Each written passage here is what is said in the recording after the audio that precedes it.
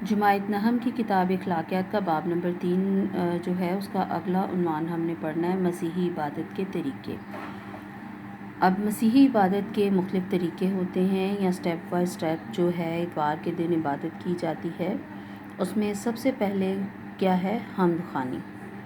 اس سے مراد خدا کی تعریف کرنا، یعنی مسیحی لوگ چرچ میں اکٹھے ہو کر گیت گا کر خدا کی ثنا کرتے ہیں۔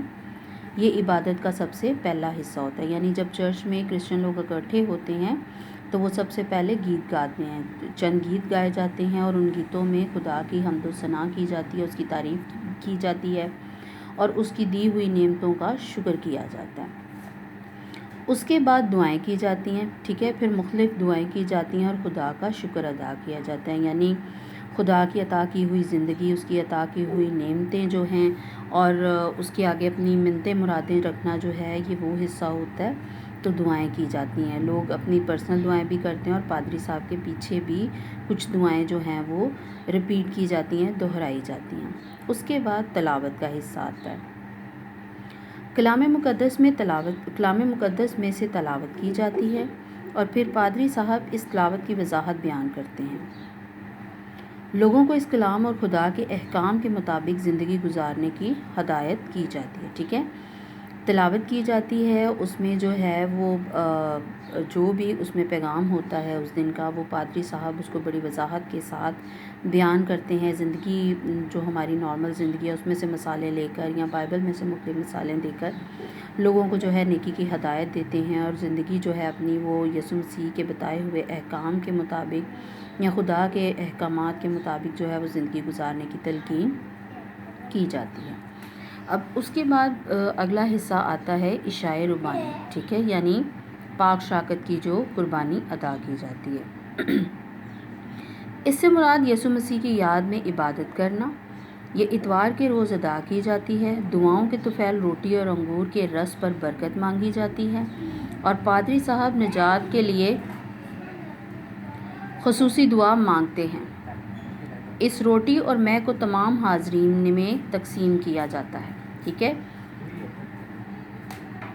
یعنی یسوع مسیح نے جو پاک جمعرات والے دن آخری کھانا اپنے 12 شاگردوں کے ساتھ کھایا تھا اور جو الفاظ انہوں نے ادا کیے تھے، پادری صاحب ان الفاظ کو، ان باتوں کو دوبارہ سے رپیٹ کرتے ہیں اور پاک روٹی اور انگور کا جو رس نکالا ہوا ہوتا ہے اس کو جو ہے وہ اس پر برکت دی جاتی ہے اور اپنی عوام کے لیے اور اپنے لیے جو ہے نجات کے لیے دعائیں مانگی جاتی ہیں اور اس کے بعد اس روٹی کو اور اس مے کو جس کو برکت دی ہوتی ہے پھر پادری صاحب جو ہیں یا فادر جی جو ہیں وہ تمام تر لوگوں میں کیا کرتے ہیں؟ تقسیم کرتے ہیں۔ اس کے علاوہ روزہ اور زکوٰۃ، یعنی روزہ رکھنا، یہ جسمانی، اس کو آپ عبادت کہہ سکتے ہیں، جسمانی پرہیز کہہ سکتے ہیں، اپنے بھوکے رہنے کی طریقے سے ہم عبادت کرتے ہیں اپنے پیٹ کو خالی رکھ کے، اور اس کے علاوہ زکوٰۃ یعنی چندہ دینا۔ روزہ اور زکوٰۃ بھی اہم عبادت ہے۔ مسیحی لوگ 40 روزے رکھتے ہیں اور حضرت یسوع مسیح کے حکم کو مانتے ہوئے چندہ یا خیرات بھی کرتے ہیں، جو کہ اپنی کمائی کا 10واں حصہ ہوتا ہے۔ یعنی یہ جو زکوٰۃ ہے وہ سال میں صرف ایک بار نہیں ہوتا، ہم ڈیلی بیسس پہ بھی زکوٰۃ دیتے ہیں، چندہ دیتے ہیں، سنڈے کے سنڈے عبادت والے دن بھی دیتے ہیں، اور مہینے میں ایک بار جو ہے وہ اپنی جو ہماری سیلری ہوتی ہے یا جتنی پورے مہینے میں ہماری کمائی ہوتی ہے اس کا 10واں حصہ جو ہے وہ چرچ کو دیا جاتا ہے یا کسی غریب کی مدد کی جاتی ہے، ٹھیک ہے۔ تو یہ بھی ایک خاص عبادت ہے، یعنی یہ بھی 2 خاص عبادتیں اور ان کے بغیر کوئی بھی مسیحی جو ہے وہ مسیحی مذہب کے جو رولز اینڈ ریگولیشنز ہیں ان کے مطابق یہ پورا نہیں اترتا اگر وہ روزہ نہیں رکھتا یا زکوٰۃ نہیں دیتا ہے، ٹھیک ہے۔ یہ بھی خدا کی طرف سے ہمیں بہت اہم حکم ہے اور اس کو ماننا بہت ضروری ہے۔ اب ان سارے عبادت کے حصوں کے علاوہ کچھ خصوصی عبادات بھی ہوتی ہیں۔ اس سے مراد وہ عبادتیں جو سال کے کسی مخصوص دن یا تہوار کے دوران ادا کی جاتی ہیں، یعنی مثلاً کرسمس اور ایسٹر کی عبادت، ٹھیک ہے نا، یا کچھ دینی شخصیات کی یاد میں اور ان کی وفات کے دن منائے جاتے ہیں اور ان کی مثالی زندگیوں پر غور و فکر کیا جاتا ہے۔ یعنی جو کرسمس کی عبادت ہوتی ہے یا ایسٹر کی عبادت ہوتی ہے اور ایک عام اتوار کی عبادت جو ہوتی ہے ان دونوں میں بہت زیادہ فرق ہوتا ہے، ٹھیک ہے۔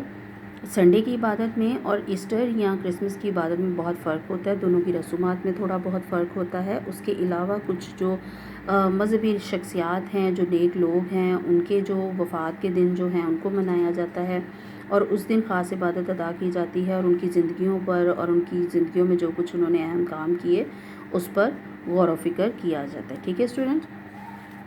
اب یہ جو ہمارا ٹاپک تھا اس کو ہم نے 2 پارٹس میں پڑھا تھا. پہلا پارٹ تھا کہ مسیحی عبادت کے طریقے کیا ہیں. تو مسیحی عبادت کے 2 طریقے ہوتے ہیں، ایک تو شخصی عبادت اور ایک اجتماعی عبادت. ٹھیک ہے.